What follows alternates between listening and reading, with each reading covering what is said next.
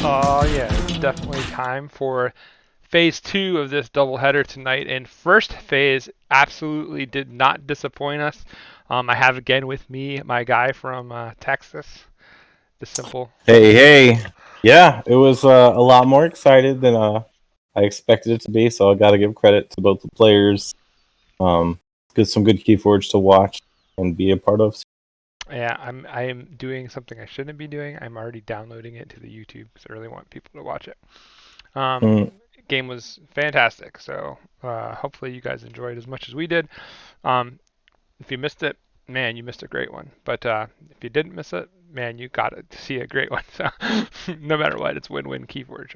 So that said, I think we're gonna start our. Hey Joe, we're going to start our breakdowns right now with FlamingHobo versus Coraythan. So this is a two-time Vault Tour winner versus a one-time Vault Tour winner. Team Reapout versus Team SAS. There's just all kinds of like rivalry in this game. So super excited to bring this as the second part of the doubleheader. We had the Kip Civil War, and now we're having the OG Hatfield and McCoy round. So it's going to be amazing. Yeah, it was definitely speed forging. Those guys play fast.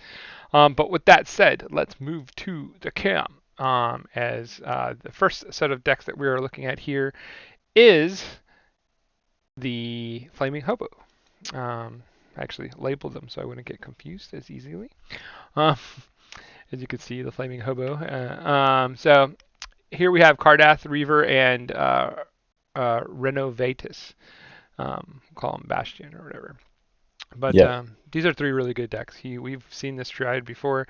I'll have Z go through them real quick, and I'll add my 2 cents. But All right, on the far left, let's just start there. This is Cardath. This is what I believe to be the premiere of Hobo set here. It is triple Exhume with one Infernus and one Eddy for value on the Exhume. Got some other stuff in this that really just kind of messes around with the board. The no-name pairs fairly well with the amount of Infernus recursion you got going on because it's big. mm-hmm. The real stars are the next two houses, though. Again, we're looking at another house where somehow this isn't the star, which tells you already if this is a high-level deck, you're looking at something special. Mm-hmm. In Logos, you got the double Graph, the Vapors, the Eddy, the double Igors. Two Wormhole Technicians do their part two. This deck super flies from this house. And you can't skip over Desania. That card is like a Well, pure I was value. getting there. You did what I do to you. I know. And Desania is an all-star in any triad lineup because there's so many combo decks out there, especially at this level. Desania is not only good now, I think it's going to become probably the best card in Keyforge come set 5. Yeah. And this deck has it, and it's got triple Exhume to pair with it. It's a real good card, especially in the recursion. Moving over to Star Alliance, we just talked about speed. Here you get more speed with the double Kirby, the double Kirby's Blaster. Yeah, it took a little hit that those can't bounce anymore, but still you have the possible Voltron going on with the Cloaking Dongle combined with Light of the Archons and the Blaster on one of your dudes. Red Alert has some value here because while you do have 17 creatures, unless you Voltron one of them, you're still not having a huge board going on. So Red Alert is live. That Lay of the Land is just a fantastic card. There's not that many free efficiency cards that are better than Lay of the Land just because of what it does. This deck's fire. I have had the experience of losing to this deck in live play. It goes real fast. The games are very, very fast. Win or lose. And on top of all those great cards you talked about, it has 15 raw amber as well, which is nuts. That means that based off of raw amber, he can almost forge all three of his keys. It's another one of the decks with a real high base arc. As you can see, it's 75. That's Yeah. a big number, guys. Yeah. He actually has another deck here in Rendezvous that is a 70 base arc. So let's jump to that one real quick. It's an 82 SAS. All right, so we're looking at 82 SAS, 70 base arc. Two of my favorite low cards in set 5 are here. You've got triple eclectic inquiry, double lethologica, sloppy lab work, auto encoder, double munch lane. That's about as fast as it gets in Logos, folks. Actually going back to the land stage. It's not like looping or doing anything crazy that turn, but the amount of setup that those cards that I just named, which is basically the whole house, do for your gameplay is phenomenal. From there, you're looking at the Sanctum. Sanctum does what Sanctum does. It builds a big board big state. board and tries to push your opponent off. Your opponent has good creature control. There's not a lot going on here, but there are some important things to note. The one stood against Smitty and the Smite have a ton of value with those Munchlings if autoencoder is online. That is there. The Shadows here is really looking to just be an annoying. You've got the Sack of Coins, the double look up there, the Lights Out, the Dark Wave. Adding quite a bit of C. Other than the Lights Out, most of it is like ping damage. Well, so that's C that could be somewhat mitigated if creatures are just... Well, the Lord Golgotha and the Ardent Hero get a lot of value out of the Smite and stuff as well, and the one that stood against many, because the Ardent Hero can chop down your big creatures, basically, because like he can just like fight, over and over again until, Well, that's just the normal. Yeah. I like the Lord Golgotha there. Mm-hmm. Ardent Hero, I could see coming into sometimes, depending on what you're up against. Yeah, I think Golgotha is the better of the two, but both of them are still, like, depending at the time, I think dangerous, especially if Bulwark is on them.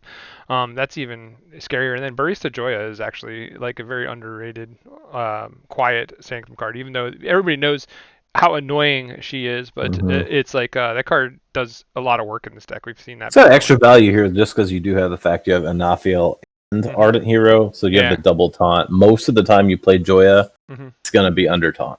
Right. And Shoulder Head's in deck too, so there's 3 taunts here. There is ways to protect Joya for quite a duration.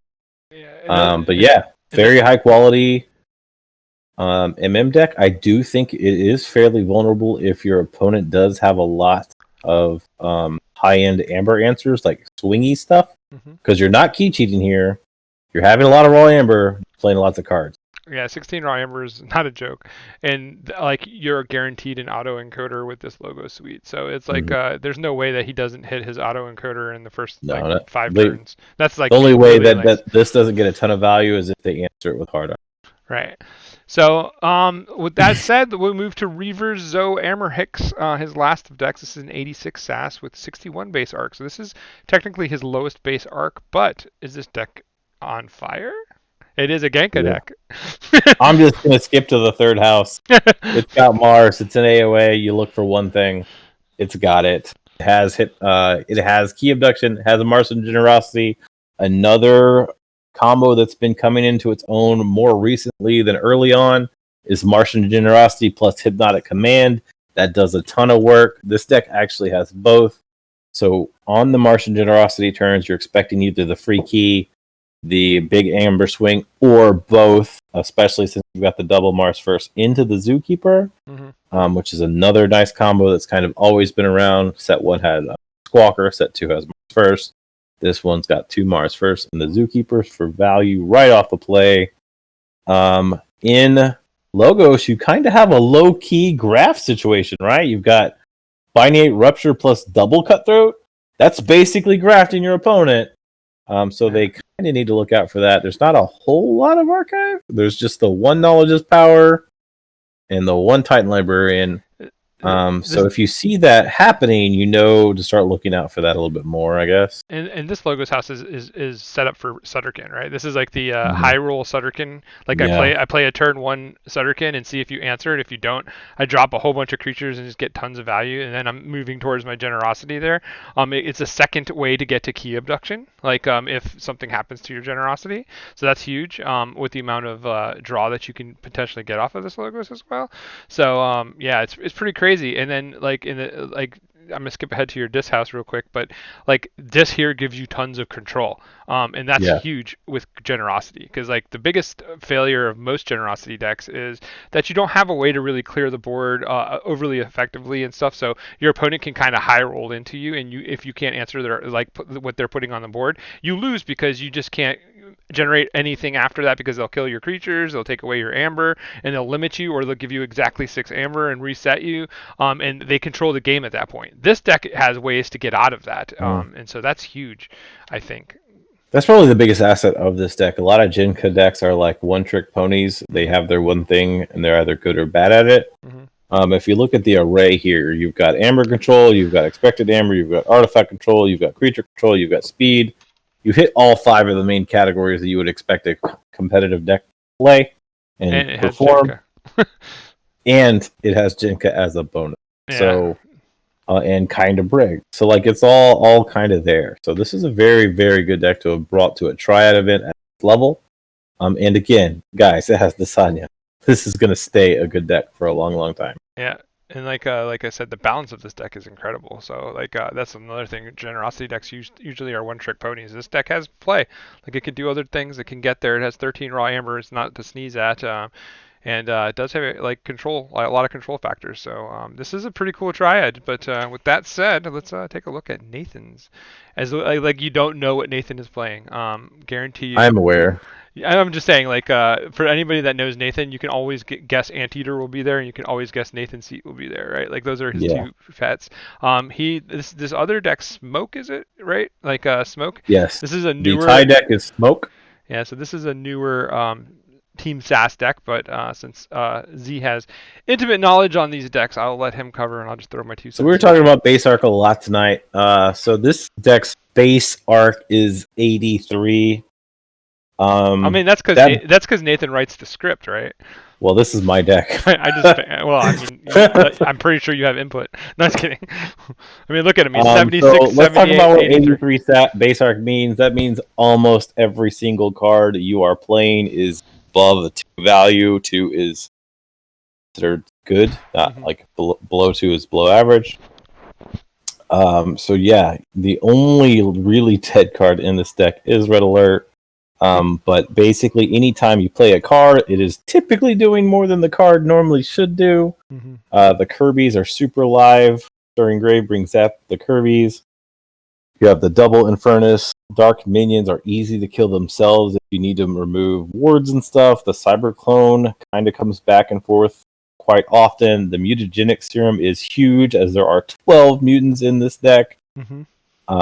Yeah, it just plays lots of cards. Every single turn you're playing lots of cards. Normally they're action effects on creatures. Probably the coolest card in the deck, the Enhanced Eclectic Inquiry. That card has the pip that it started with, a damage, and 2 draw. It's a real fun card to start off if you're on the play. Gaining Amber, archiving cards, and drawing 2 cards. So you're starting your second turn with 8 cards. Pretty dang fun. It's like a mutated Eureka. Yeah, it's a better Eureka. Yeah. Like it's a straight up better Eureka. And that was one of my favorite cards before. Yeah, it's just a fun card, fun deck to play with. I've enjoyed playing it since MM is my favorite set to play. It is probably my most enjoyed deck that I play. Yeah, this is definitely Smoke. So if that Red Alert was a Dav, whoa, this deck would be... Yeah, like the only dead card's Red Alert. I don't think I've ever played it to deal damage. I always have more creatures than... I mean, it has 22 base creatures. That's pretty high. But so with that said, let's move on to Nathan Seat Viceroy, 76 arc. So like I said, his 3 decks are 78, 83, and 76 arc. So, and it's not and it's not only because he writes the program. I was kidding when I said that. These decks are all gas. So. I mean, Nathan Seat like appropriately starts off with its strongest house being the Disc Suite. With the double EE, the 3 Fates, double Exhume. Most of this stuff does get grounded down by the double EEs, but double EE is particularly good against opposing discs. That said, only 2 of 3 of his opponent's decks are discs, so I'm not sure if Nathan was considering this one as being the one struck or not. But that is there. Moving on to Saurian, you've got triple Imperium, City State, Axiom combo, Odoac to stop stealing, Brackus to force them to answer you after the City State Imperiums. Shriek's there just for fun, kind of redundant with Brackus, but there. The Centurion and the Legionary to cover people up. Moving to Starlands, you got double Lay of the Land. Already talked about how much I love that card earlier. In Cardath, this one has 2, double Stealth Mode. Superb at this level of play. The Red Alerts are very live here because a lot of the disc creatures get sacked to EE anyway. So it really plays probably around a 13 to 14 creature deck versus that is printed. And then while this doesn't happen that often, it does have a Star Alliance line. If you don't answer these dudes, it could just win the game because it's got the Tabor and the Spears and the Helmsman and the Chan to kind of combo some stuff off along with Gray. Gray is huge here because it allows you to archive some setup combos. Yep, and this is Fun basically stuff. like the Dis mirror like nightmare. Like if you play Dis and you play against this Yeah, deck, you're yeah. a huge Like disadvantage. opposing disc decks don't want to see double E. They probably don't want to see single E. Yeah, so and with the Oxet and stuff, that's crazy. The amount of defense that he has for the EAs too. So, like, yeah, this deck is scary. And then finally, last but not least, probably Nathan's favorite deck, right? Anteater. Yeah, this is Nathan's top deck. We've seen it absolutely crush someone already in this KFPL events. When it hits its control of the week and then help from future self cycle, it's just GG, and there's very little it can do to stop that. That's part of Keyforge. But anyway, it's got the double life word, the double Schulers. Inside the logos, you got the EP for the big Amber Crush if you need it. Triple Mothers is just driving engine of any deck that has triple Mothers. Hard to deal with. Mm-hmm. Drawing cards from Go. I mean, if anything he wanted upgraded in this deck, it probably would be the Shadows. That said, it still does have some of his favorite Shadow goodies like Poison Wave, Pawn Sacrifice. He loves Lights Out. Relentless Whispers has always been one of the highest value cards in the game, just from raw efficiency on what it produces. Mm-hmm. But I'm sure, 100% sure, if he could switch out the Naughty Dodger Umbra for so many other combos, he would. That is definitely the weakest part of this deck. But that aside, it is fantastic. Sometimes the disc plus the logos here will just win you the game, and your opponent will sit in there be staring at you because you skip them 3 to 4 times. Okay, so Z, I have the strikes. So why don't So you have the strikes. It would be super hard pressed for, in my opinion, anyone in our competition not to strike Cardath. So I would strike Cardath if I am Nathan. Okay, and you are correct. That is. Woo-woo! I mean, I'd hope you had input in helping him choose that. But what did Hobo pick? Now on the other side, it gets tricky. It is always super tricky to decide what I'm striking on the other side. If I am Devin, and I assume that Cardath is the strike, that means I don't have to strike Nathan because I'm not playing 2 disc decks. If I'm playing 2 disc decks, it becomes really easy to strike Nathan's seat. So I don't think I do. And then it comes down to whether he practiced these matches or not. I believe Devin probably practiced the matches and is going to strike Smoke. And you are correct. You are 2 for 2 today. Woo-hoo! So without practicing them, like I think Anteater would have been a more obvious one. But if you get the reps in, it's really frustrating playing against Smoke sometimes. Because it doesn't matter if you have board wipes; it will just recreate the board every turn. So yeah, I'm glad I got the 2 for 2. And so this game? time had all the information. So we need to pick a game. We didn't do that. I'm sticking with my boy Nathan. I know I'm super obvious there. So let's go, Nathan. You are my chosen one for tonight's second part of the double feature. Yep. And I would probably stay with Nathan. I can't really bet against him. He's a computer. Like, I'm pretty sure that he like never stops computing Keyforge numbers. So like, even though I love Hobo and I think Hobo's one of the premier players like in the world, I think that Nathan is just Nathan. Like, I have a hard time, even though he's had some bad luck. Nathan's a robot. He's just a Keyforge robot.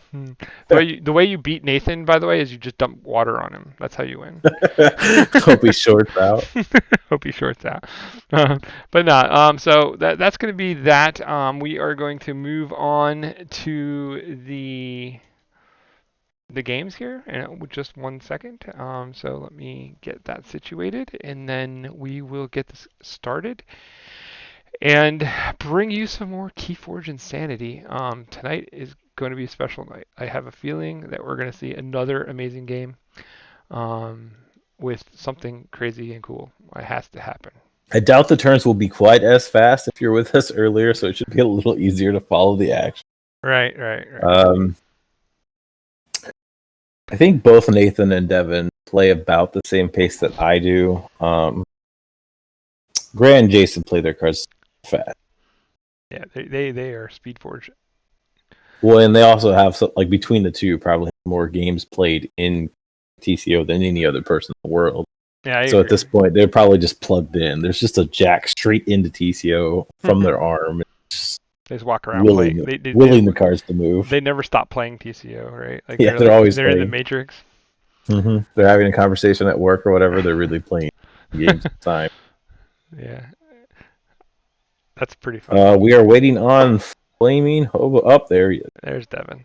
All right, so we have these things, and we're ready to get started. And they are getting ready to queue up. I will not forget to give you guys a view. So here you go. It's like we are kind of getting to go.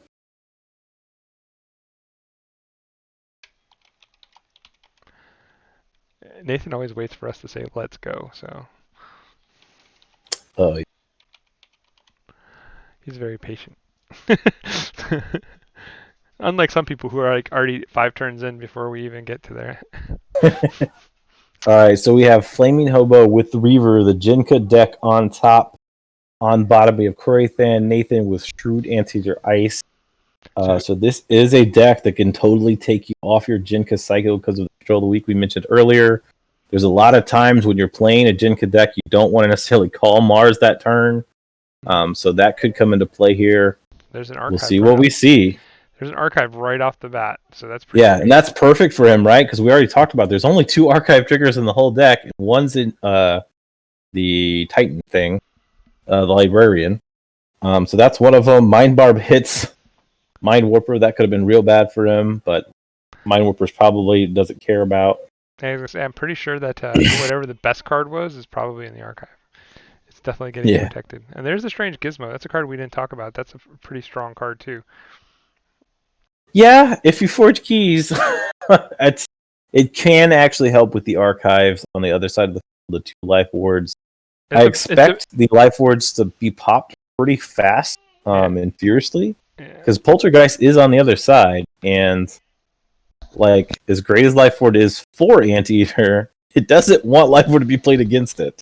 Yeah, and Strange Gizmo is a second out for Reaver if he ever had to play against Heart, right? Because like you could use the Gizmo to blow up the Heart, or you have the Poltergeist. So like that makes this such a good gank attack. Like this is one of the best I've seen. Yeah, this is a pretty. I would expect it to do quite well if we see FlamingHobo in the top cut. That could potentially see one of the 2 Heart players that we saw earlier today. But I don't think Cardath oddly has any answers to it. So that's a thing. I would expect this to go back to Logos. Yes, that's what we see. We just saw a Logos turn. He's going straight back to Logos. Do we see the Life Ward pop? I would expect so. See the Library of the Dams getting value here. Do you hedge your bet though? Like I don't think that he's in a position right now to really play a ton of creatures. So I don't think you Life Ward yet. So he didn't. What I was saying earlier though, unless he has another control of the week in hand, you want to pop them so you don't get life warded yourself because of the Geist, right? That's what my thought of popping the life ward there, because then you could have popped the second life ward this turn, even though your opponent's not playing creatures, right? I guess you could pop them together. That's also a thing. So we'll see what Nathan decides to do.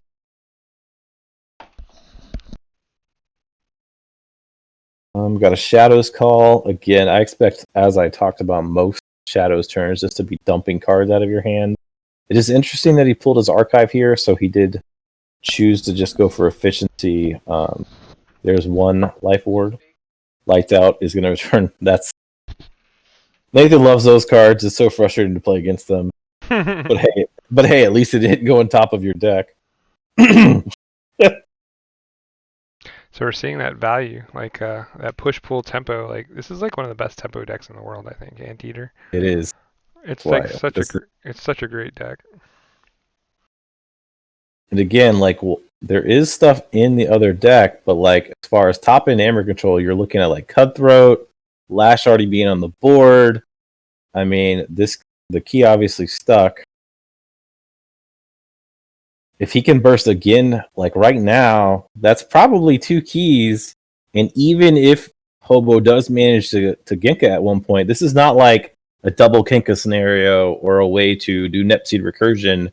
The Genka in this deck is only 1 key. Yeah, yeah.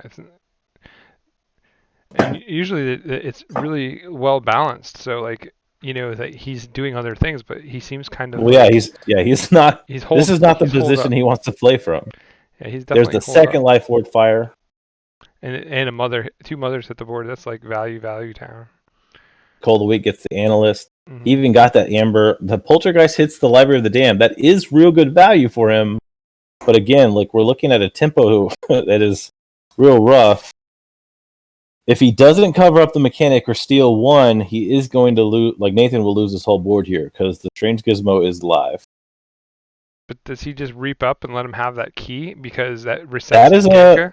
that's a legit option, right? Because It if gets you him up let him have the 2-1. key, Genka's value is low.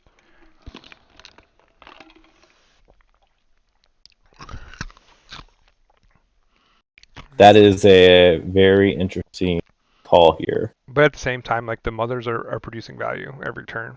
But I think I just get myself to check here and just say, sure, have a key, go to 0 amber, have to reproduce amber, and then like I will take the value of my logos here because next turn you could gateway me, or you could use one of your board wipes. Like so using the gizmo and calling your bluff on it, like that does leave the gateway in hand, right? Like if he has it, but at that thing You are seeing a logos call.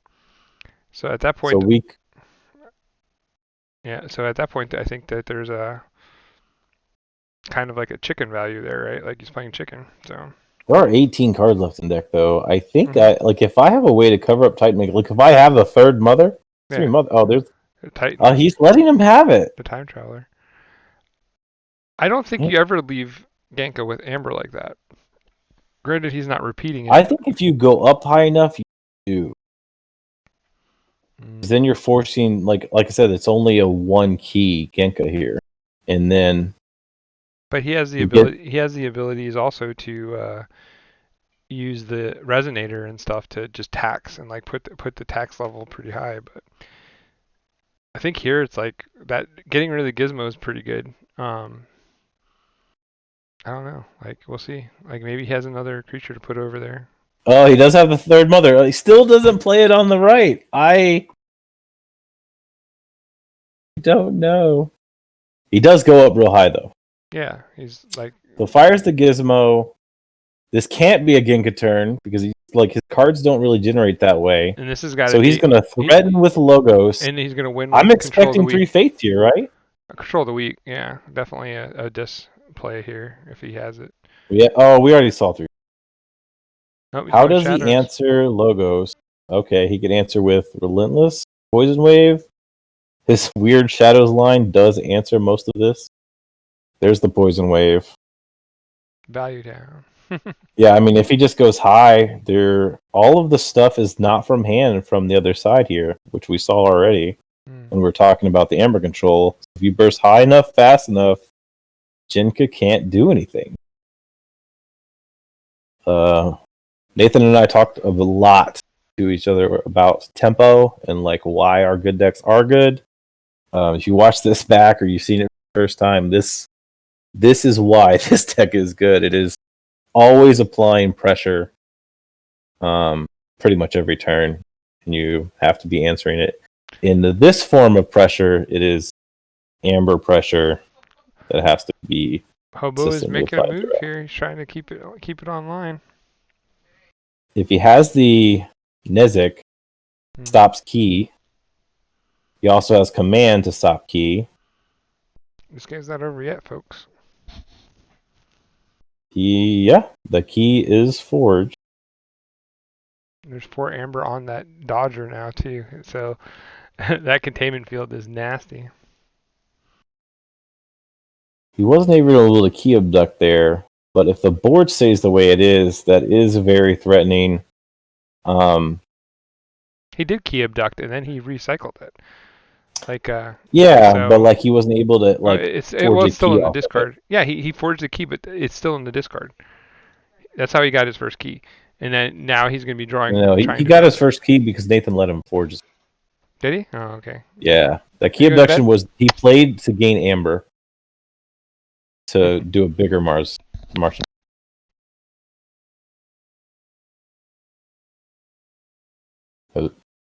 So Nathan's going to dis. I would fully expect this to be our second control of the week. Although I don't know what he calls. I think he puts Looking him at back the in logos, deck, right? well, he can't take him off. Where's the Shret? Shret's the only thing. Okay, the Shret is not played, so Shret must be in hand. He didn't play Nizik, so you just put him back in. If you go to 7, do you put him back in Mars? I kind of like.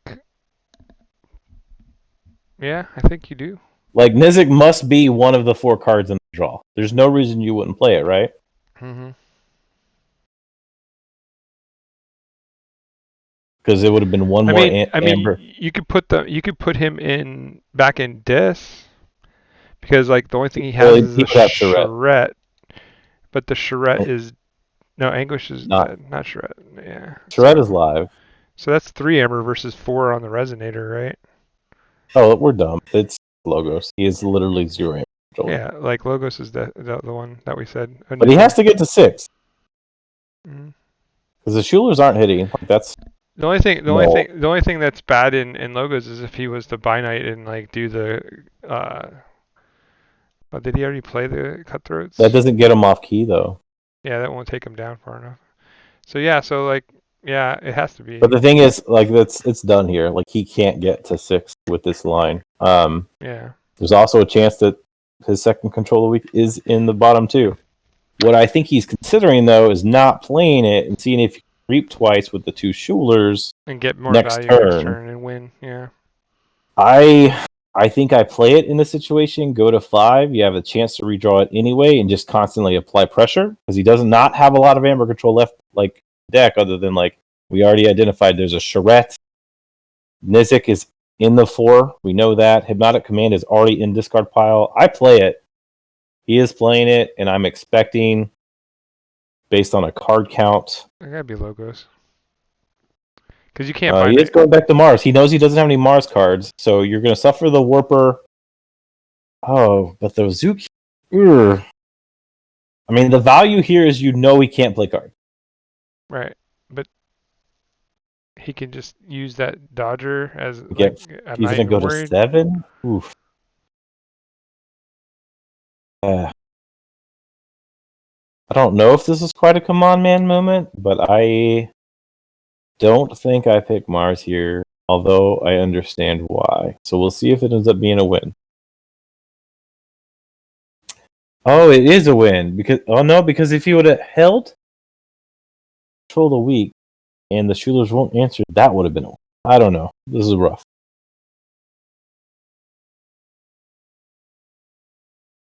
So Nathan goes to Logos. This could be an EP.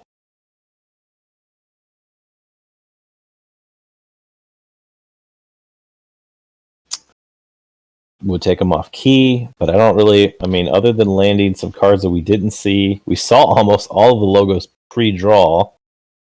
What could have been left? I mean, I guess we never saw. Oh, we never saw help. And that's it though. He's looking for probably a control of the week. Aren't you always looking for control of the week though? If you're playing this, that has it. Yes. Even if it's like a discount version in the mark of disc, like you're looking for that. You want that. Ooh, Hobo is like not out of this yet, folks. I mean, if he did draw control of the week, it's over. But he didn't get that many triggers off of the draw. He got one when he reshuffled, 2 just now when he played Time Traveler, and then he did not draw. So to keep the Sutterkin offline, you just have to make sure you get to 6, right? Like if you get to 6, you're fine because he can't go into Logos because there's nothing Yeah, that there can is stop him. nothing in Logos. So here, Getting 6 means you can ignore him. so these are like things that maybe newer players don't think about. Like they see Sutterkin and feel like, oh, I have to kill it, but you don't. Poison Wave is pretty In effective. the end, he does kill it. If he doesn't get the check here, that seems bad. Yeah, Oh, ah, hurts my heart. that's dangerous for him. Because now here comes the gateway, right? So I think what we saw, had he held the control of the week like we were discussing what we thought was probably happening, this is already over, right? Like there is no Yeah. line that I saw that would have actually answered the 2 Schulers. No, because he would have reaped for up to 5 and then been at 6 with the control of the week. Mm-hmm. That's ignoring any draws. Yeah.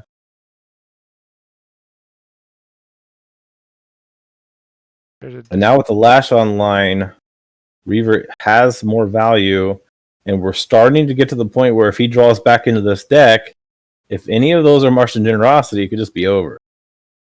And he did. He just drew 1 card out of the top of his deck, which unlikely that that's going to be the money card, but every single card from this point forward could be Martian. There's a card in archive too, so he's setting something up. Mm-hmm. But I mean, it just comes down to, can he find his control of the week or push real high before we see that card? And the Lash could give him could give Devin a little bit more time. Well, Lash will be offline if he controls the week, so he'll go back into.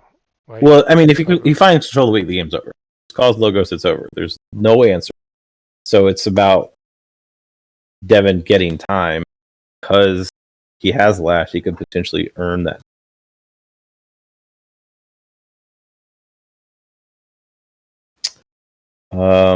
So seeing a big delay here. So obviously he doesn't have control of the week.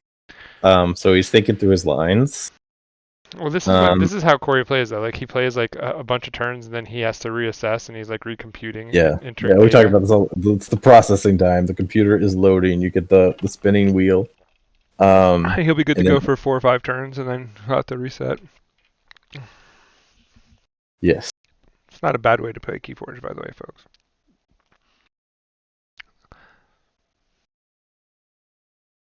Especially when the game is on the line. Like he has to feel this is like kind of slipping, right? Like yeah, I feel like this is kind of. I do wish we would have seen the control the weak hold, and then like basically at that point, you like as Devin on the other side, you would have had to have understand that he either just drew control the weak or he held it the last turn.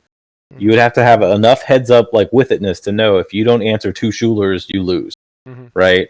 So, and we saw his Logos hand. His Logos hand could not answer. And by not pushing that to the checkpoint, like he was able to get rid of that Dodger with all that amber on it. So he basically spiked himself to key number 2, and now it's anybody's ball game because that deck is flipped over and Genka can go off anytime. He is now apologizing for really slow. With this game will not go to time, so that is not issue at the moment. But he didn't apologize. There's like maybe 1 or 2 like turns left in this game, honestly. True. Without bad luck. Like if there's bad RNG, then Devin doesn't get to his game over. Yeah, with 29 cards, like Jen be on the bottom. But probability says that he's probably going to dig deep enough and far enough. And I'm curious of what that card in the archive is. It has to be something pretty awesome. Right? Well, he did it before his deck flipped, so I think he was just tossing but I'm saying, cards. Right, but like ouch, that is not the turn he wanted to take. Or was it? the Binding Irons is doing something significant here. That's a really weird card. There's a bunch of games where you play it, it literally does nothing. The one less card right here is a significant thing. There's a discarded. discarded. Titan Librarian also does nothing. So What a interesting. weird. All right, What so a weird. now we have a disc call. Did he draw into CT Dub? Plays the fear. That's not going to help. There's the control of the week. Back in the logos. That's GG. We've been talking about it. That's what he's been trying to find this entire time. Mm-hmm. And that's it. And he plays.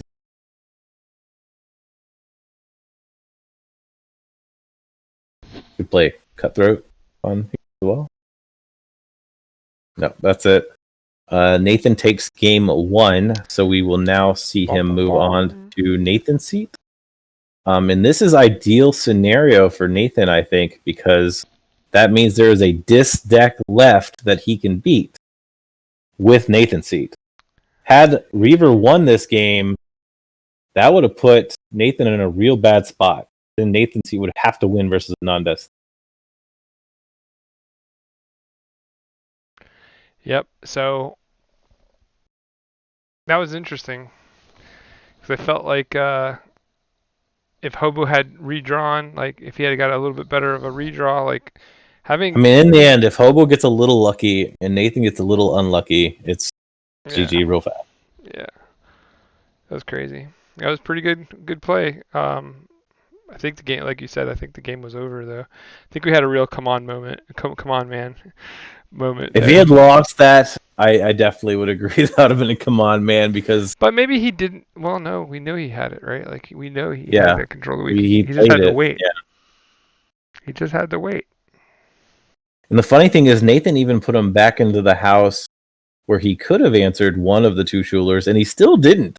Mm-hmm. He chose to go for the Amber from the Dodger. Mm-hmm. Well, that's because there was no check threat, right? There was nothing that was threatening him. So. Yeah. True. I don't know. All right. Here we are. Now we're going to see. He's switching decks, right? Like, is that what we're seeing here?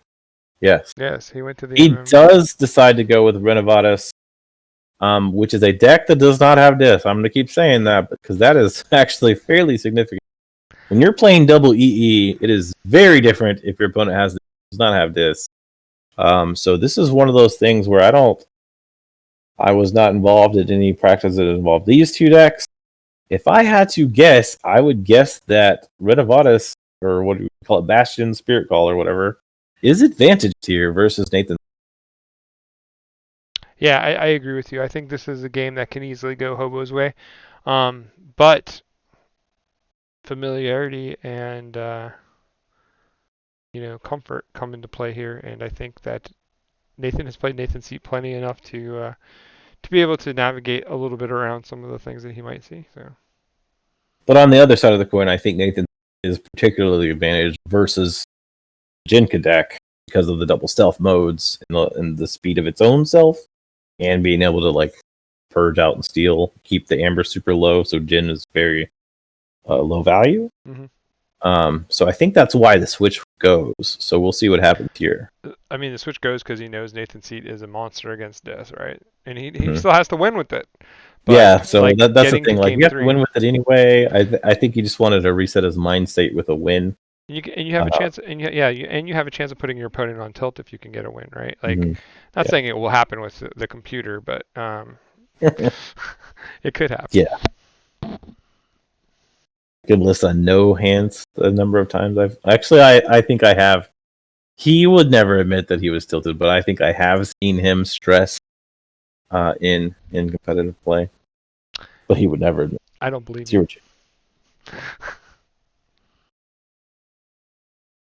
We're seeing some interesting go at it. Perplexing Sophia Street. I was trying to find what Gray archives. Do we miss that trigger? He archived Dinosaur's Bane. So a discard to fuel up EE. Makes sense. Yep. Lay of Land, such good value. See the evil eye getting out there. He played a second Lay of Land. Why not? Why not? Anxious Pirates is joining us to watch game 2. Nathan is on the bottom with Nathan's seat. His first deck played against the deck and won. This is his deck 2 Yeah. versus Hobo's switched deck 2. An Anxious Pirate will be joining me on commentary tomorrow for Yeah. the Dave Sheep game, I believe it is, right? His debut of casting, helping out with us. Okay to join us and cast as long as you're casting outside of your group. Mm-hmm. And I'm always welcome to new co-hosts, and Z will take a new one probably gladly as well. Yeah, I guess it just well, then they would have to actually cast, or I'd have to get off. But That's true. I would do that I guess I am myself. the link here. Yeah. No, the more exposure, the better, and people want to get their chops in on it. Like, it's always good to hear different perspectives. So, Ooh, free market value of whoop! 2. That's some good value. That's something.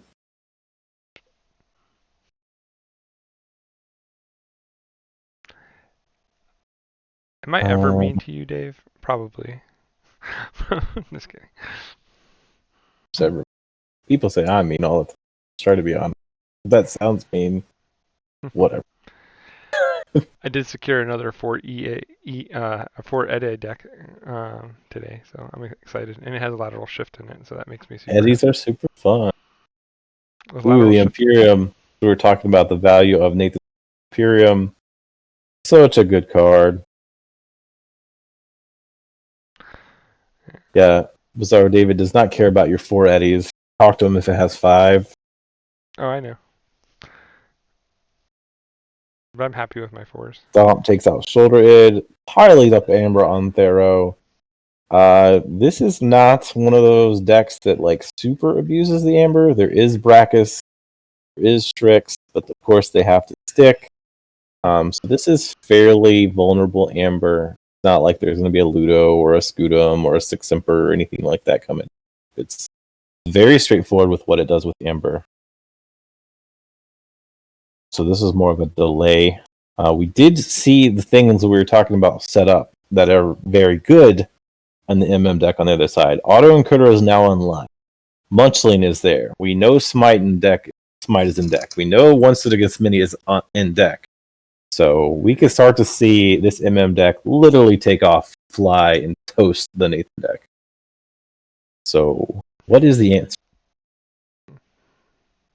Does Nathan answer it immediately? Like, is basically the question. I mean, Auto Encoder is one of those, like, seems easy to get value out of kind of deck, but knowing what to pitch and archive, when to pitch and archive, and when to not to actually play cards is it's kind of trickier than you would think, right? Like, Yeah, and it's one of Nathan's favorite cards, so he should be well aware of the value of it here, and when he sees his opponent's Munchling, stuff like that. Yeah. So I'm expecting this to actually be a fight Munchling, and it is. There's the Munchling dead. Mm-hmm. The question is whether that ends up being a fight as well, and it is. Takes out the other thing that can combo with the One Stood and all the other shenanigans going on. Mm-hmm. Medic covers up the Amber pile, as we said, was super vulnerable. Goes back into Logos. Did we draw into Letho? Yeah, we did. There's the Letho. There's one Eclectic. So much Oh, value. no, 2 Lethos. Oh my gosh, this logo line. So good, so good. One of our own teammates, Echo Ito, would love to add this to his pile of Lethological decks. Lithologica is a good deck, a good card, especially when you have 3 or more. This one only has 2, but with the double Eclectic as well, triple Eclectic, and the Sloppy. Like it's Boom. just tons of. We see another Munchling out again. Probably has to be addressed, and that happened inside Dis. Normally, whenever we see Dis, I'm expecting just a bunch of EE stuff. So we'll see what happens here. It's all one-sided EE. His opponent just flip decked anyway, so in this odd case, it wouldn't have even mattered if your opponent was this. Zalethos equaled his deck. So right now he's just basically playing for the value. Mm-hmm. Question is, if he does have a second EE, does that just end up being discarded? Probably, because like he could thin out his whole disc suite and just get it out of the way, right? Because I think that could be an interesting solution to this game. Is if I'm only playing two houses, that kind of counteracts the speed that my opponent has.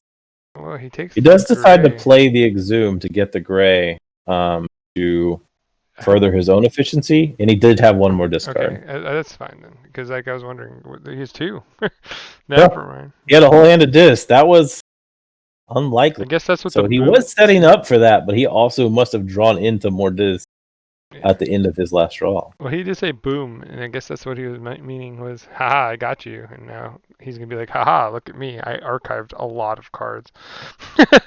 Archive a lot of cards, but what can this be to swing Amber? Like that's the thing we talked about. hmm It doesn't like it's MM.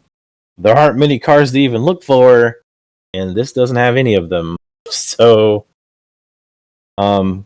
I don't think he takes them off key here. I think the only thing we would see to take him off key would have been in a commandeer play by Sanctum. Yeah. And you got to question like the cards he's bringing to the table. Would they be better as archived cards? Especially since he's not drawing with all the cards that are in his hand. Like that's a lot. Oh, there's a sack, so that makes sense.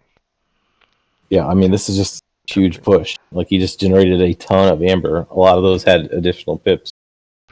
Or Is not there is additional there is there pips. anything They all in had is pips. there anything in Nathan that punishes that? No. So like I this don't is think so. Like this we're actually looking at two relatively low amber control decks against each other. yeah. Nathan's seat only has good amber control versus disc, And which he just kind of blew out most of his EA stuff with the that was a low card turn. Like that was he just played two cards and now he's not drawing. I guess he. And now we're going to see a big Sanctum turn because all these cards, like the other half of the cards, are probably Sanctum. so much commandeering.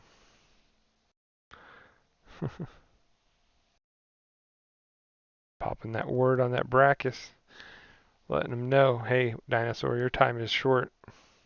Well, I'm sure Smite. Yep, there it is. What 1 second spinning for rebound? All right. Yep. There's stealth mode. Stealth mode. That's not going to do anything.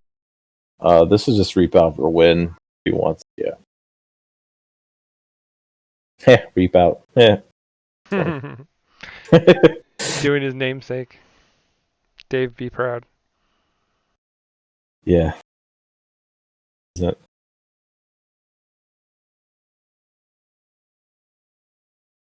And as I expected, the non-disc deck highly advantaged situation. Yep. And I didn't see any of this practice at all, but just on paper, rid of it. Bastion is going to. All right, so we're heading into round number 3. Just like last game, the last set. If you missed the last set, like I told you, it is in progress right now, being downloaded onto YouTube. Even though it's supposed to wait till tomorrow, but being a bad kid, but that game was nuts. If you want to see a crazy Heart of the Forest game, go I was watch. hesitant walking into a Heart versus Heart situation. They both played phenomenally. We got to see a crazy versus Heart win. I guess that spoiled a little bit, but yeah, worth watching. Fantastic. You'll never guess how. Unless you were there. Although they're in the game. Hurry up, Juke. Now that you Game starting. okay, I don't even see their game yet. It's in like they already started. So They're like doing that thing again. Tell them to wait until they have us both in. no, I'm gonna tell you to hurry up. No, because I didn't see their game. They even put it get put up. Big Z versus Old Planet. Brought to you multiple. All right, go They go know go go. they know better than to wait till we show up. They They both. they were waiting. They did not play cards. I know. All right. All So right, now we have Flaming Hobo. This is game 3 for all the marbles on Reaver, the Jinka deck, versus Nathan Seat, EE stealth mode, shenanigan deck. Occasionally abuses some dynamite. all right. So this will be interesting. Who do you think is favored to win this? I I think that the Genka I deck think actually. if the Genka deck gets lucky, the Genka deck will win. That's how Genka works sometimes. I'm kind of scared. Outside of a lucky early Genka, I think Nathan Seat should be advantaged here. But I've seen Martian Generosity fire on turn 2. But I'm saying also too here is if he decides to thin the dis out of Hobo's deck, that could be dangerous, right? Yeah, it could be, but I still think some of that is fairly The recursion important. math, yeah, but the recursion factor for the Genka becomes much higher if he thins out Yeah, but you remember, cards. like, the importance of the EE stealing too is the fact that you're getting the two triggers. Like, Yeah, if he triggered all of them against the Genka deck, yeah, that's probably bad. But if he yeah, triggered like 1 1 1 1 1 1, yeah, I mean, that's just gold. yeah. He is taking away from the card value by taking that extra amber too. So Mhm. we'll see. Could be interesting. Oh, look, Oh, he's gonna that's start. this is a scenario that he actually wants. Is turn one Oxtet. Oh yeah, because he gets to start purging cards. Why would he Ooh, purge his own? slightly Yeah, interesting, but we don't know the hand. Like we said, there's a rare but valid Star Alliance like down line. If that's what's in his hand, I could see a setup for that. yeah, And we are seeing a Star Alliance call. So if I see 3 Star Alliance dudes, Greater Ox Tet is good value. makes sense. There's the There's Tabor Tabor. protected. If there's one more, I could easily understand the Purge of the Lilthaw. Yeah. Well, but there is a ton of C on the other side, but still, like, I mean, I guess if you're playing against a home run hitter. If you see a chance to hit your own home run, you take it. What if it's Tabor with a ward? Well, even it doesn't matter what he just stealth moded, so it doesn't even matter right Oh now. yeah, Like they're safe. he's buying. There's He's buying time. nothing that's going to do anything to them this turn. So there's the reason. Um, Oh, there's the. Now, There's. can that be answered before they go back? Because Zookeeper is a huge card, which we pregame identified for Weaver. Yeah, and there's a containment field too. That card's been doing some work. Great card. I mean, I think anything is pretty much a great card if its spot kills anything. Basically, what it does, especially now. The second card we saw purge was Sinopius. Probably a good call most games. Sinopius is real good against a certain cluster of deck, and meh versus. I'm never. Sorry, David. I'm never mad to see Desania. Even like she's like one of those cards. Like she's still a 4 body. Like she's still decent, even if she doesn't work. But when she does work, she's a clever little worm. The mutant, the worm. I think a lot of people don't realize that Sonya is the worm in the picture and not like the The guy that person she's. on the table. Yeah. This is a slight tank here. I think we have Nathan thinking through the options. I'm sure he understands the threat of the Zookeeper. I need to make like a pop up from when he's thinking like that of like the Terminator doing like the whole assessment thing. Threat, Stuck in not like threat. the loading thing. All right, so we're going to Star Alliance. Are we going to see a fight just to clear my what I'm interested in? Um, they resolve.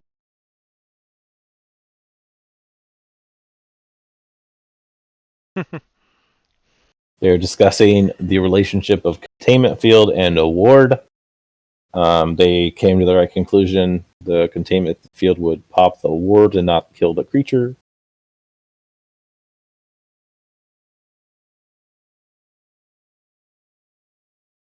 So we see a fight. This is what I was wondering. We do see the fight on the Zookeeper.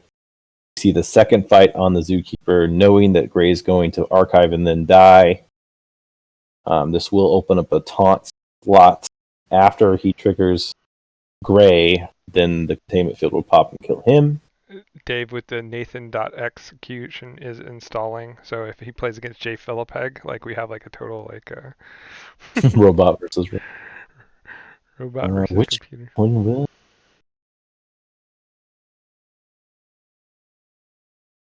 I'll have a whole program on that game.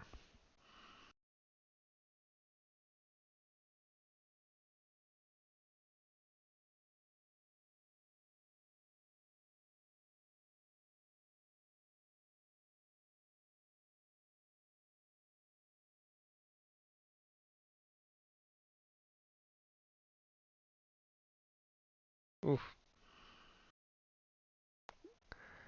Good Desanya. I wonder if that was a miss on his part because Desanya was in deck. He did archive high value cards too. One of my strategies when I'm playing against Desanya is I just put trash there, and then if it pops, it sucks, but I'm not losing anything valuable there. He actually had, like, I'm we not. just saw City State, right? Like, the City Yeah. State, like, there's not a lot of amber control in Nathan Seaton. That's like half of it. So, Well, that and like the idea that like he was able to pop and get any kind of value is good for his Genka, right? Like it's scary. mm-hmm. Yeah, because before that, he was keeping him down fairly well. See, just some cards played, and that's it.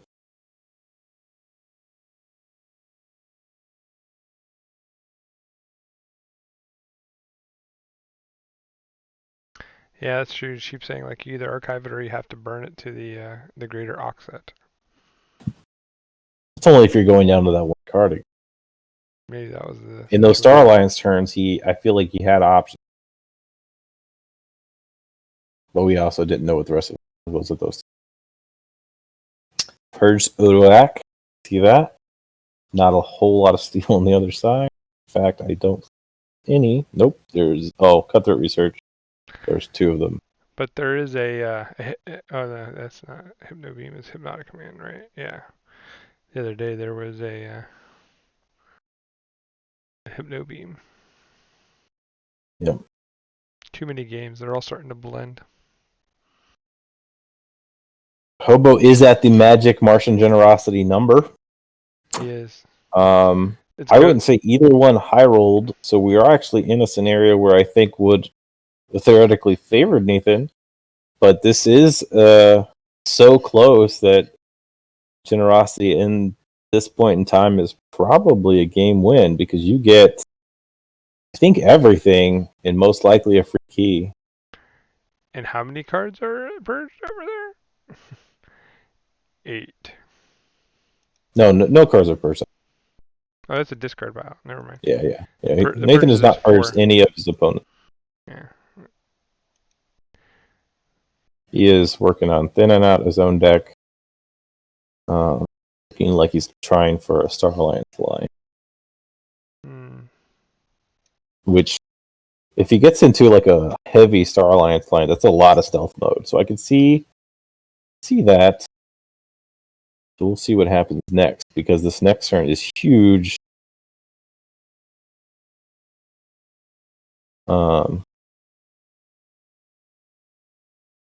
See what rate. Because Oxtet's online, it's pretty big what is left here, because it's going to get purged. What gets purged as last card in the second EE. I not sure that was planned. That's All right, only so we're one. seeing a Mars That's only turn. one EA. We're seeing creatures come down.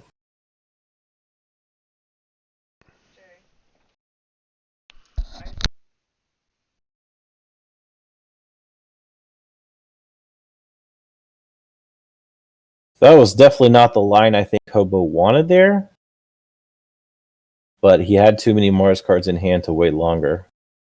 Nathan is now typing in chat. I know it's hard to see. You had scared me.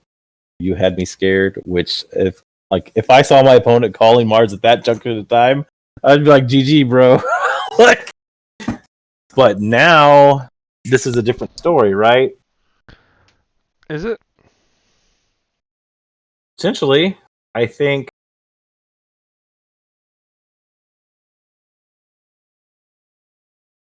You give up the key here, and then you're in threat of the actual Martian Generosity getting him to 2.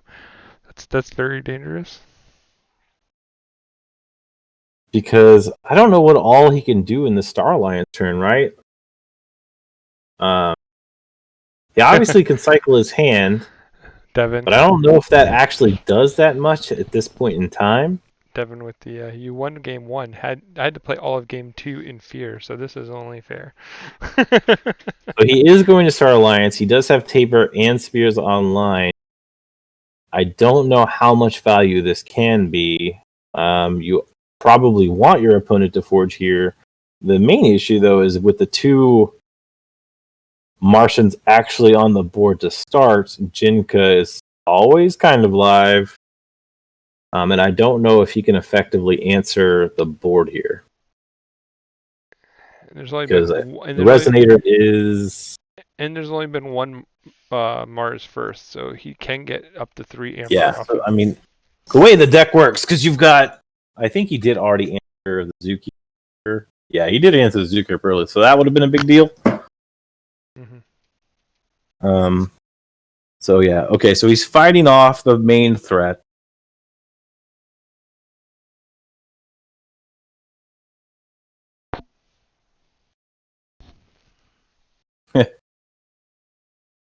Dave is saying you can't lose if you... That's cool. He lands the EE with the Tabor. Ouch. Then he reaps with Spears. Ouch. He's going to get what? He discards. He only gets 1 amber. He only gets 1, but that's perfect. Like, that is the perfect number. That is the perfect number. Make your key go to 0. And then he potentially could have drawn into more Star Alliance. Now he has Lay of the Land. So I think that is what he's playing for. He is playing for a position where he goes into Star Alliance constantly and ends up stealth moding a bunch. I mean, it's the way you stop Ganka.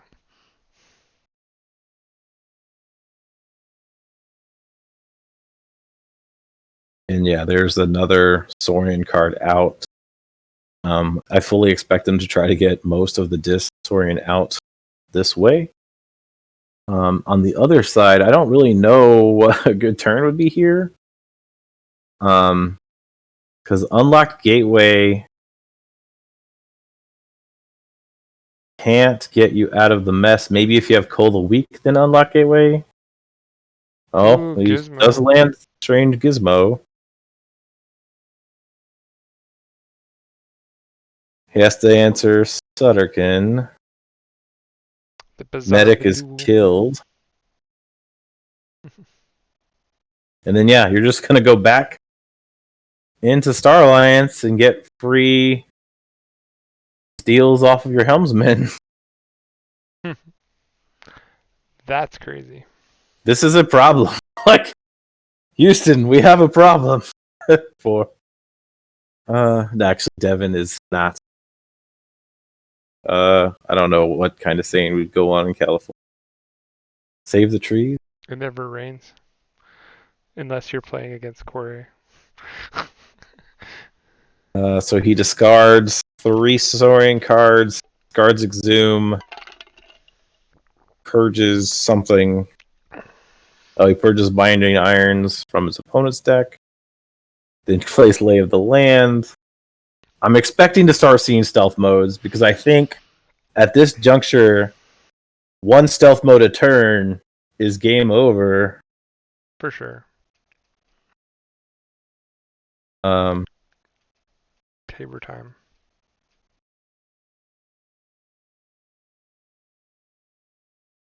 It would be just fairly bad luck if he doesn't have one of the stealth modes right now. Right? Like, the odds are high. I mean, there's still 13 cards in deck, so. But yeah, that's unfortunate, but I wouldn't say horrible. Horrible would be if he doesn't have a stealth mode. He's drawn like 8 of those cards off of the top deck. Oh, that's true. And there's 2 in the deck, so the odds were real good to have one.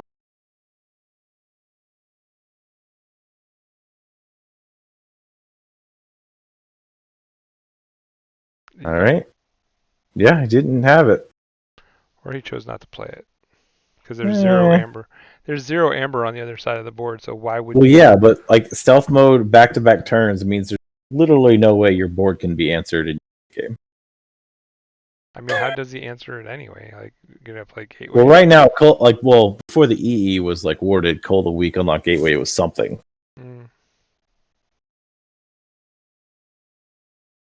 Anguish can stall key here. Banish will remove the gigantic creature.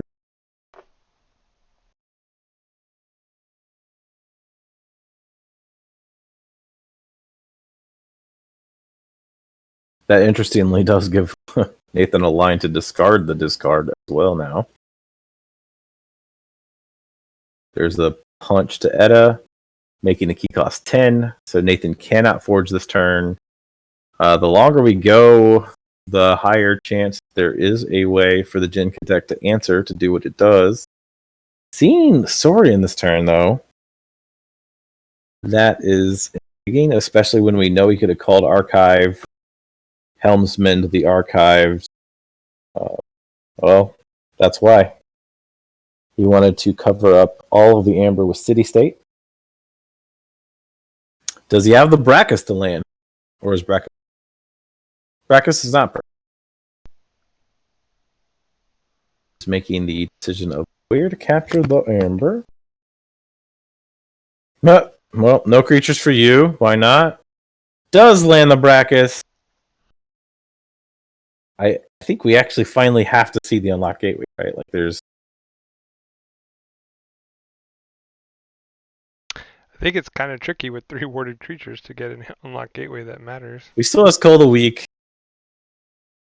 Oh, I'm going to Exhume first. The Exhume does get the card out of the archive that he put there. So that's kind of cool. Do you agree with Dave in chat about turn? But I think the Starline's turn, this turn again should put him back to 0 Amber. Maybe he might not actually have 2 discards. We see Evil Eye and Binding Irons. He does have 2 more discards, so he will go back to 0 Amber. Nathan will be at 6. And he gets rid of 1 Unlock Gateway. I have multiple decks that have Helmsman in E, and I've done it like 1 time. We've seen the Helmsman trigger for this effect, what? This is the 3rd time?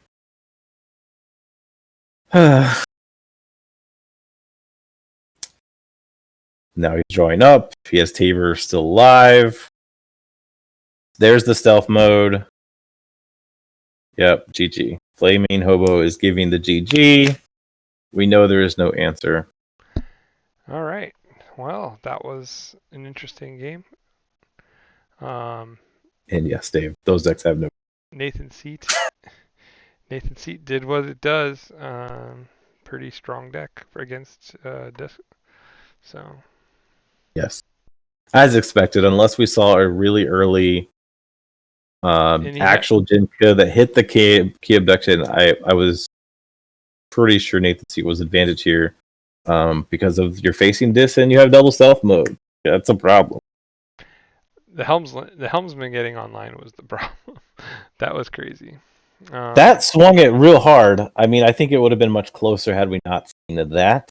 And I'm interested to get them in a call to see if that was the plan to go hard Starlines from go based on his purge decision with Greater Oxide. I think it is. Mm-hmm. So let's get verification. Yeah. You can high roll with the Star Alliance. The game is always good. It's always an interesting... All right, we have a Jupiter over here. Thing. I called them. Maybe they don't want to talk to you. Well, hopefully they'll... I didn't actually them. There's one.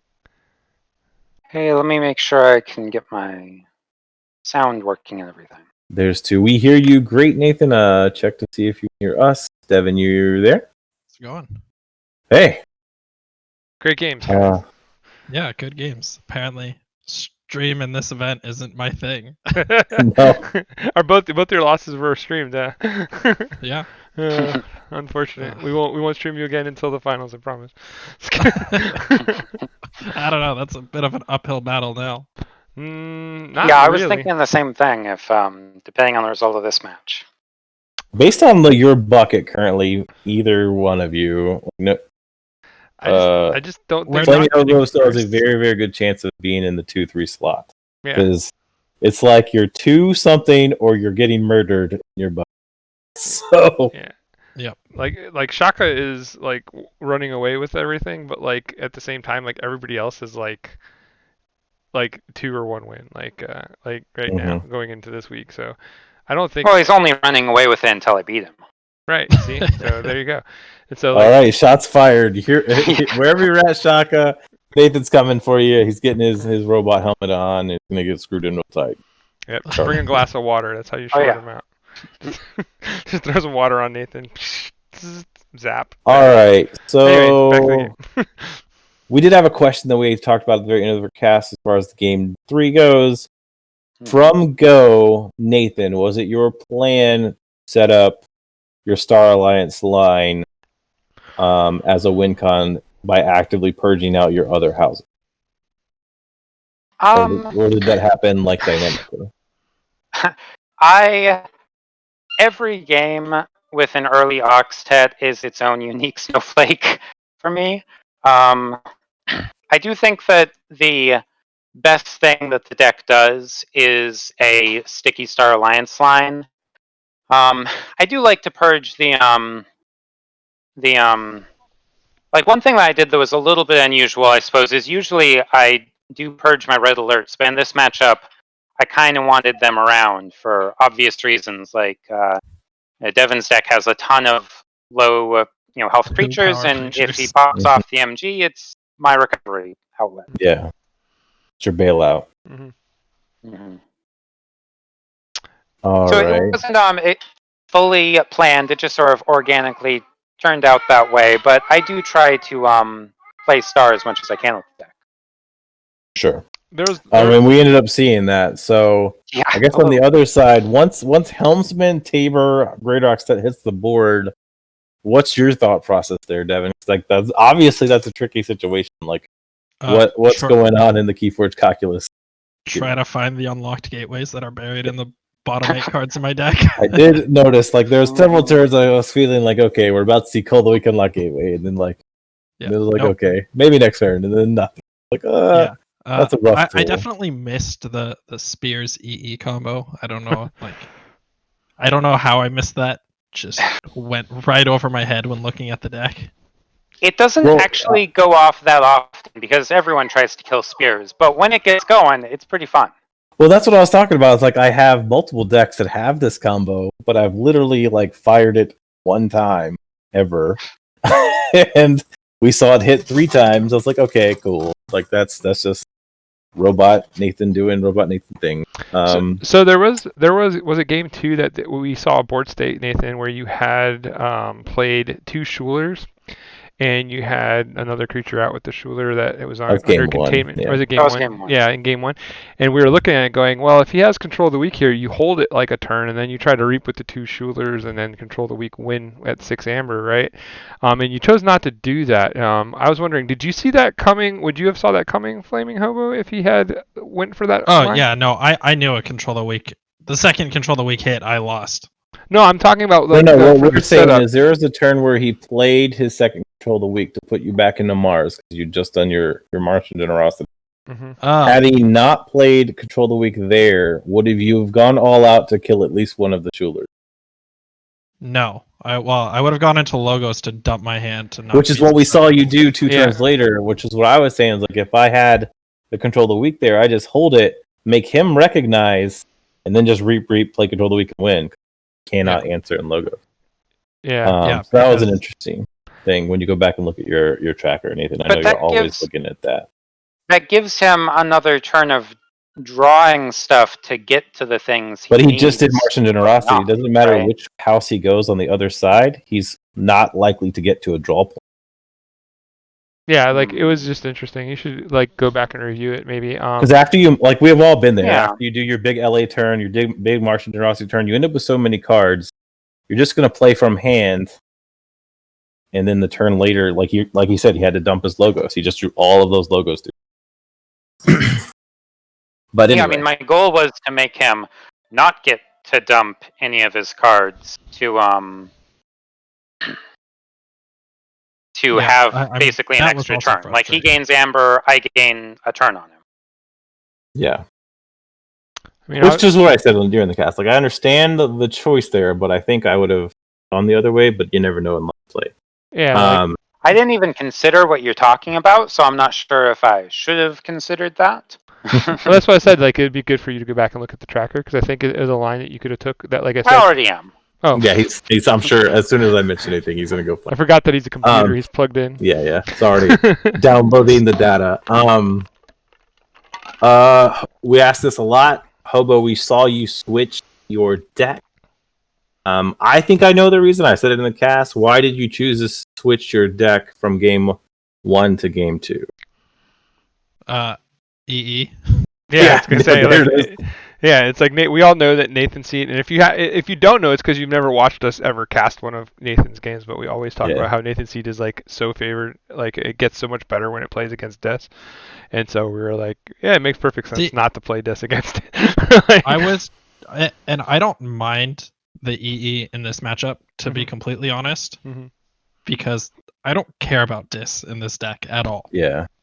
Like, yeah, it's good for the board wipes, and I mean that's about it. Like, but I think the EA does give him versatility to put you either on a key or take you down way away from a key, which does hurt your Genka lineup, right? Like when you're trying to line up your Amber for a good sized. Yeah, but the Mars in this deck generally has enough way to burst up with even if you're low on Amber. With the double Mars bursts. Yeah, I think like the Zookeeper coming down early and getting answered before it could do any kind of shenanigan thing was a real big lucky thing for Nathan on his side. Because that actually is the legit answer to everything that was there. Yeah, but, and that and the early Hypnotic. Yeah. With 2 creatures or whatever. Which we talked about. Yeah, we saw that come down as like his hand was literally on Mars. We can see that now. He had to do this. And I even said, like, this is not what he wanted to do, all of these things. But sometimes you got to play the hand you have. Because Nathan Seed is too fast to, like, hold a combo. Yeah. It's not going to get there if you wait too long. I liked game 2. Game 2 was great.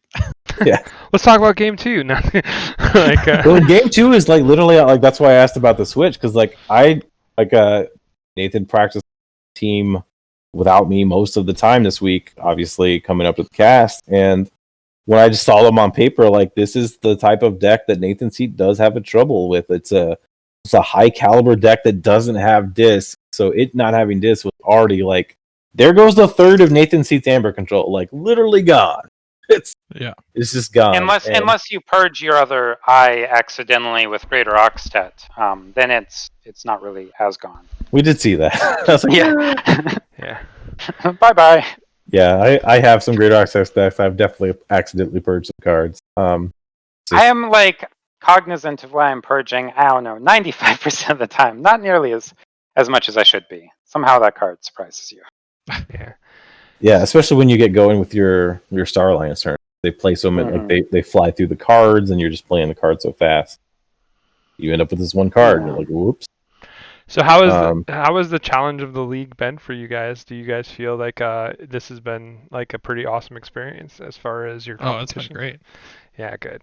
Like just get to stress out for an entire day before my match. I know Corey. Exactly. I know Corey is doing much better this season than he did last season, so that has to be at least a plus in the happiness column. I only got stressed twice during season 1, and I lost both of those games. I was like, dang it. That's where I am too. I feel like it's. I've had a lot more deck choice regret in KFPL than in anything else I've played in. Like everything else, I'm like, oh yeah, I'm like pretty happy, and I've been really enjoying KFPL, and like the competition's great and everything. But it's interesting. It's a very long league, and it's very like high caliber, like high caliber people and decks and everything. So it's interesting because it's different than any other sort of things that we've played. Yeah, the idea. Yeah, I'm used to like forcing myself into that high caliber mindset for 8 hours or whatever a standard event runs. Yeah.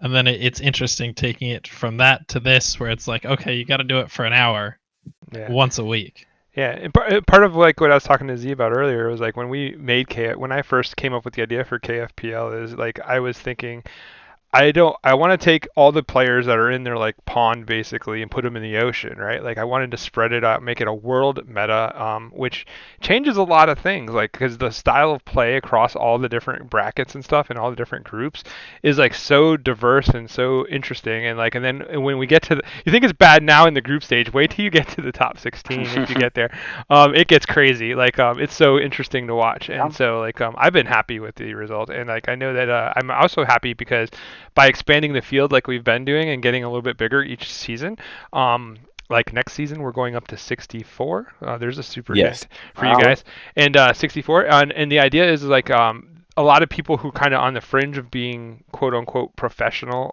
loosely used, but like being that kind of wanting to be that kind of high caliber player, like we want them to have a way to really test themselves. And I think that this has been great. And like even in the beginning of the season, the first couple of weeks, people were kind of down on themselves, but then we were just like, we give the pep talk and say keep going and just take it for the experience. That's all. That's what you should do. Like you got here, it was free, like and now you're here, so take it for the experience. And the people who stuck it out and are doing it, like now you're starting to see confidence building, and like even if they're not winning, they're still learning so much. And I think that with Keyforge, I think that's an awesome thing. So yeah, and we're super excited, and we do have an announcement for you guys because we promised that we would break some more news about what season 3 is going to be about. Are you guys curious to hear this? Yeah, why Let's not? do it. We're your favorites, right? You can admit it. I mean, aren't we the only ones that have been on stream twice? That's true. No, Jay's been on stream twice Oh, now. okay, Grant's well, been on. I tried. stream Mm. twice. Oh, Grant has been on. Yeah. And that was like, Like now, like towards the end of the season, like you're like the people who are in the highest positions that are going to be impactful to their league. That's like where we want to be streaming. So that's why you get repeats like this, and the matchups we know that are going to be great. Like if you didn't see the Grant versus Jay game, and you're watching the stream now, you didn't get to see it. It is downloaded on YouTube. I cheated and put it up early, but the game was so good. Like it was so awesome to watch. So if we get kicked off, you all know why. I only get a warning. I get one warning before I get like destroyed. So and I have 0 warnings. They gave me one once, and I argued about it, and they said, okay, yeah, you're right, because I mentioned money, like when we were mentioning our you just mentioned money. No, it's the tournament though. We had the tournament. They thought we were gambling, and I was like, "That's not. We don't. It's not gambling. It's a set tournament with actual payouts." And they were like, "Oh yeah, sorry," and they took the strike off, so I'm good. But I was really upset about that because I was like, "What?"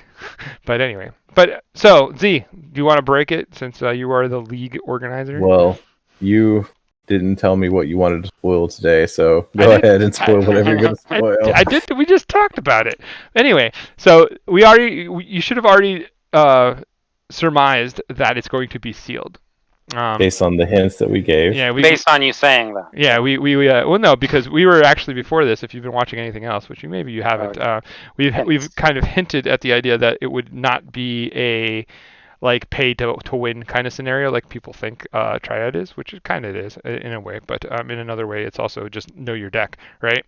But well, earlier we were talking about Unarmed Goat, which yes, we think chose a fantastic Triad for the event that he's in. Or she. I actually have no idea. It's a he. It's a he. Okay. You're right. Actually, I've talked to him a little bit on Facebook. We've become friends. And like I think you could have attained his entire Triad for a fairly reasonable, like competitive amount, and it is doing fantastic. Because he has reps with it, and he knows what he's doing with it. So yeah, it makes a difference. In the long term, it's all about finding and buying. Yeah, in the long run, it won't matter. But so we have a sealed format that we already said. We also hinted at the idea, and if you haven't figured this out, that it's going to be a survival sealed event. And so with it being a survival sealed event, the new news that we're going to add for right now, and we're not going to get into any more details, there's still more to come, is that you are going to get 5 decks for survival, 1 from each of the sets, and in the pool, when you're choosing from the 5, you're going to get 5 decks to choose 1 deck from. So that's the theme here right now is 5-5-5, right? Like it's all 5s. We're celebrating set 5 coming out with 5 decks survival. Yeah. 5 decks per sealed pool, and you get 5 live. Yep. And and it's also from a pool. Yes. Yeah. like the fishes. Like the fishes, the big sure. fishes. Yeah. It's like an From a aquarium. sealed pool. Yeah. It's like an From an aquarium. unfathomable sealed pool. It's an aquarium full of bubbles. But I know the first hope time so. there's a Give me all the sealed bucket bubbles. I want that all the doesn't have bubbles. fish in it, someone's gonna like DM me all pissed. I have to get a deck with multiple bubbles because of Harlan. He got to spoil the card for us, and he was so excited that it was called Bubbles. But so now I have a bias towards that card no matter what, and it just happens that it's good, so I'm not sad. Yeah, so that's all we're gonna go for right now. If you're gonna ask us how the league is going to play out with survival and stuff, etc. That's to come, and we have a very we have a very unique solution to it. So you guys can start doing your theory crafting on it. But we already know what we're going to do, but we're not going to tell you right now. We're going to leave it hanging for another cast. As we get closer. Yeah, we're going to keep leaking information. Just leaking from the pool. Leaking from the pool. We've gone to a dark. Not leaking, not to be confused with leaking in the pool. We don't like that. Definitely getting kicked off. All right, thank you all for joining us. Another week of Mirror Play. I believe I won't be here tomorrow. Jupiter will be casting with Pirate, and I believe that live game will be Dr. Sheep versus Dave, who is in chat. And they are they were both in chat, and they are like ready to fight. Like Sheep means so things.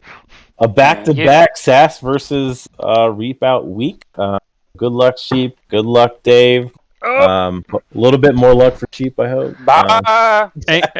Angus had to get on stream. He's over here like petting me, like, Dad, pick me up. Let me be on stream. So here's Angus. You're gonna have to mute me before I make another dad pun. You can make all the dad puns you want. I'm a dad too, so I get it. All right, Devin, Nathan, say your goodbyes, and we'll wrap this up with Jupiter at the end. Mm-hmm. Farewell. Was that Thank you all for I'm having supposed us to again. say? Hopefully I don't have to play on stream again, apparently. We will the bad news will save you for the top 16, Devin. Although we are supposed to cast the 2 versus 3, so we'll see. Yeah, Devin, like once you get to the top, you're stuck. You can't win without being on stream again. That's okay. I don't actually mind being on stream. It's just been terrible luck so far. Hey, I mean, the first time you were ever on stream, you won a vault. We're super nervous, but you did win a vault. That's true. That is true. So maybe this is just a balancing, right? So you got your 2 losses out the way, so that when you go on stream in the later rounds, you'll get better luck. Like you'll balance out. That's what we're gonna go with. Because we like to be positive. But anyway, thank you guys so much for coming on and talking about your games. Thank you for playing in the league. I appreciate all your guys' efforts. And if you didn't know, Coraythan is the head of DOK. So if you don't know anything about Decks of Keyforge, go check out the site. It is the site for base analysis and stuff like that for your decks. And Devin runs a league called the Ancient Bear Republic. Well, he helps run the league, I should say. I don't want to say that he does everything, because it is definitely a group of awesome guys that play a league format as well, and it's super casual, super competitive, and super fun. I can honestly say that it is the one thing that I do in Keyforge that I look forward to every week. It's a very fun thing for me to actually go play and see all my quote-unquote online friends that play, and the competitiveness of the casual league is very high. It is super fun. My team is rocking it this week. But it is it is a casual, but it is very competitive at the same time. But the atmosphere is very casual. So, I think Devin and I are both on teams fighting for that playoff spot. We're looking good. Yeah, you're looking good. We're still fighting. My team is not my team, but the team I'm on. I'm pretty sure our team is fighting, but we're not going to go anywhere. But anyway, it's still last season. I went in my premier season and I won. So with Z's team, so with a massive comeback on Coraythan's team. So little Z doing the work against Nathan. So it was nice. But he didn't even want to play that. Yeah, I know. That was he brutalized us. That was just utter destruction. He made me play this game. I'm gonna. Oh yeah. I don't know. He doesn't talk that way. No, but it was his birthday, so Wave be a good example. Good father. Yeah. See. Thank you.